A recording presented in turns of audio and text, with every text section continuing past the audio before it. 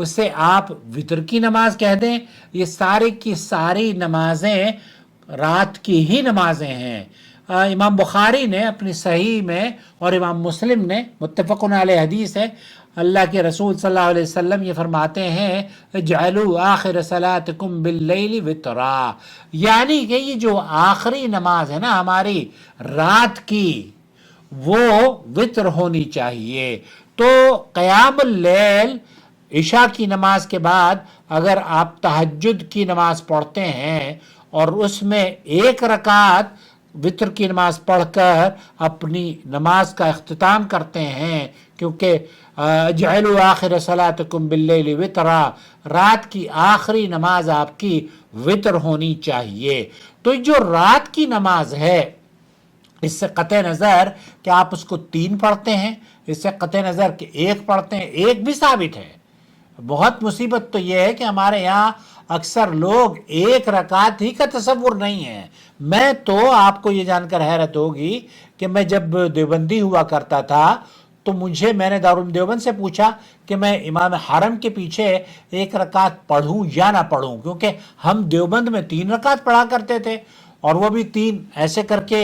حالانکہ رفع دین کے قائل نہیں ہیں حنفی، لیکن اس کے باوجود بھی وطر میں ضرور کرواتے ہیں. پتہ نہیں اب جو صحیح حدیث ہیں اس پر عمل نہیں کرتے، اور جو حدیث میں آیا نہیں ہے اس پر عمل کرواتے ہیں. بہرحال تو میں نے دارالعلوم دیوبند کو خط لکھا کہ 1 رکعت وطر کی نماز امام حرم کے پیچھے پڑھوں یا نہ پڑھوں. تو انہوں نے کہا کہ آپ کو نہیں پڑھنی چاہیے، کیونکہ 1 رکعت ہمارے مذہب میں 1 رکعت ہوتی ہی نہیں ہے.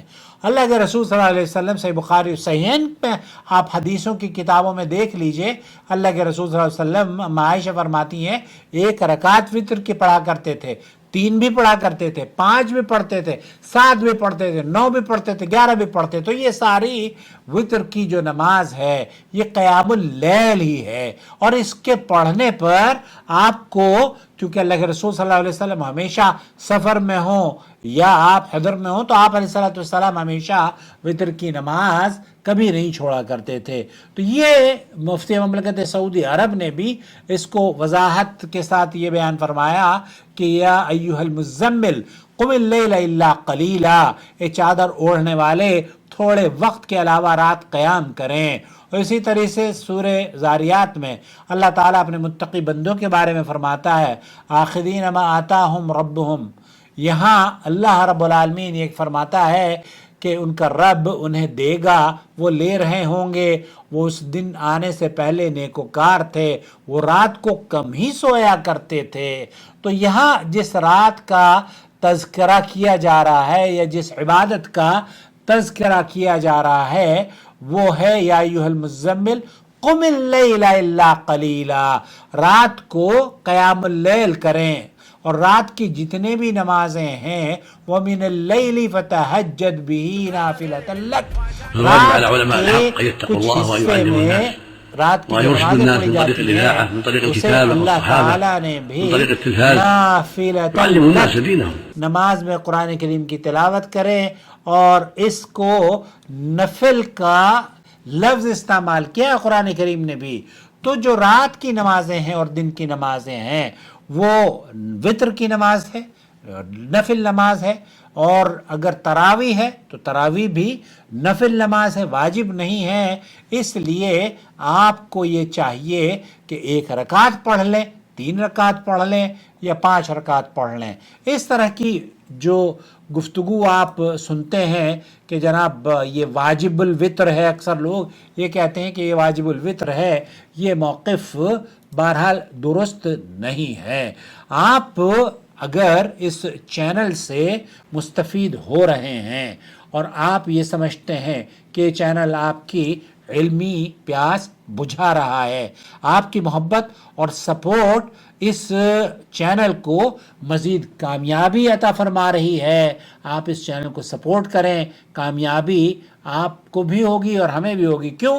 کیونکہ اس چینل کے جتنے بھی سپورٹر ہیں اللہ تعالیٰ ان کے موازین حسنات میں ان کی سپورٹ کو درج فرمائے گا. آپ کی سپورٹ رائے گاہ نہیں جائے گی، اور میں وعدہ کرتا ہوں کہ ہم نہایت ہی قیمتی کنٹینٹ آپ کی خدمت میں لاتے رہیں گے اور اگلی ویڈیو میں آپ سے ملاقات ہوگی جس میں اس سے بہتر کنٹینٹ آپ کی خدمت میں پیش کریں گے.